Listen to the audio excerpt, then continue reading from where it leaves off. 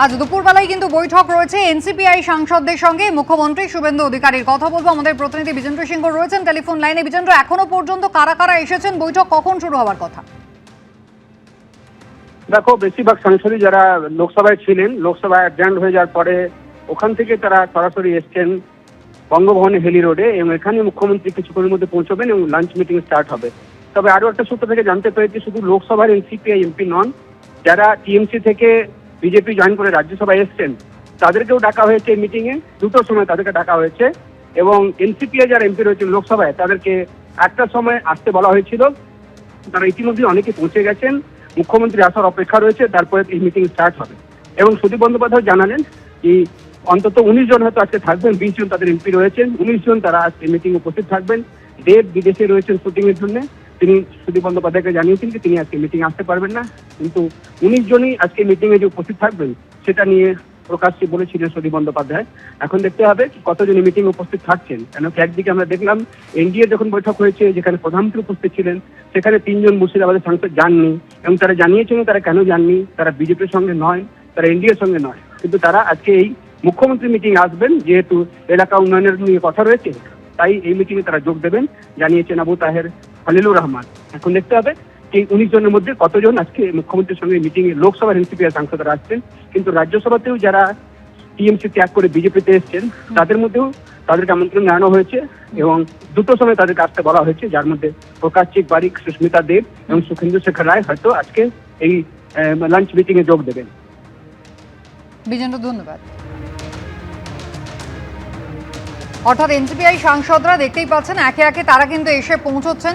লোকসভা স্থগিত হয়ে গিয়েছে, আর তারপরে কিন্তু এনসিপিআই সাংসদরা তারা দিল্লিতে বঙ্গভবনে এসে পৌঁছচ্ছেন, যেখানে মুখ্যমন্ত্রী শুভেন্দু অধিকারীর সঙ্গে তারা বৈঠক করবেন। তবে শুধু এনসিপিআই সাংসদরাই নন, 19 জন আজকে এই বৈঠকে অংশ নেবেন, সুদীপ বন্দ্যোপাধ্যায় যেমনটা জানালেন।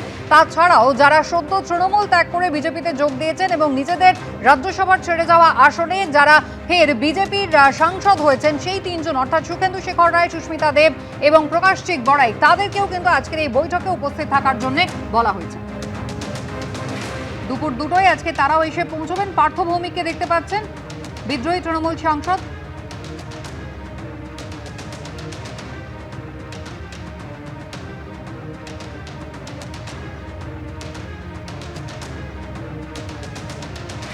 একে একে বিদ্রোহী তৃণমূল কংগ্রেস সাংসদ অর্থাৎ এনসিপিআই সাংসদরা তারা কিন্তু এসে পৌঁছচ্ছেন। দুপুর 2টো নাগাদ 3 জন রাজ্যসভার নতুন বিজেপির সাংসদ যারা হয়েছেন তাদেরকেও এই বৈঠকে ডাকা হয়েছে। মুখ্যমন্ত্রী শুভেন্দু অধিকারী তিনি বৈঠক করবেন, আর কিছুক্ষণের মধ্যে সেই বৈঠক শুরু হবে।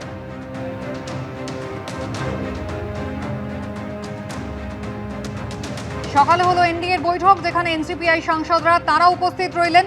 গত সপ্তাহে যেমন উপস্থিত ছিলেন একেবারে প্রথম সারিতে, গত সপ্তাহেও কাকলি ঘোষ দস্তিদারকে দেখা গিয়েছিল। দ্বিতীয় সারিতে উপস্থিত ছিলেন শতাব্দী রায় এবং অসিত মাল, এবং সেই ছবিরই প্রায় পুনরাবৃত্তি বলা যায়, যেখানে নতুন করে সংযোজন সুদীপ বন্দ্যোপাধ্যায়। তিনি দিল্লিতে রয়েছেন, লোকসভার অধিবেশন চলছে। আপনারা জানেন এনসিপিআই এর লোকসভার দলনেতা সুদীপ বন্দ্যোপাধ্যায় প্রথম সারিতে। আজকে প্রধানমন্ত্রী, দেশের স্বরাষ্ট্রমন্ত্রী, প্রতিরক্ষা মন্ত্রী তাদের সঙ্গে কিন্তু দেখা গেল আজকে সুদীপ বন্দ্যোপাধ্যায় কাকলি ঘোষ দস্তিদারকে, এবং দ্বিতীয় সারিতে আজও কিন্তু শতাব্দী রায় তিনি উপস্থিত রইলেন। এনডিএর এই বৈঠকে এনসিপিআই সাংসদদের উপস্থিতি, এবং তারপর আর কিছুক্ষণের মধ্যেই মুখ্যমন্ত্রী শুভেন্দু অধিকারীর সঙ্গে দিল্লিতে বঙ্গভবনে বৈঠকে বসতে চলেছেন তারা।